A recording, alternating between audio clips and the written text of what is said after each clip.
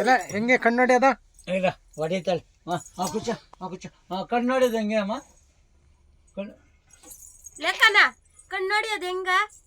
ಕಣ್ಣು ಕಣ್ಣು ಮಾತಾಡ್ಬೇಡ. ಕಣ್ಣು ನೋಡಿ ಅದು ಹೆಂಗೆ?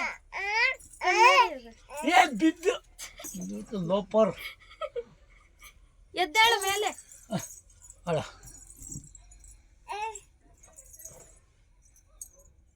ಕಣ್ಣು ನೋಡಿದ್ಬಿಡು ಒಂದ್ಸಲಿ.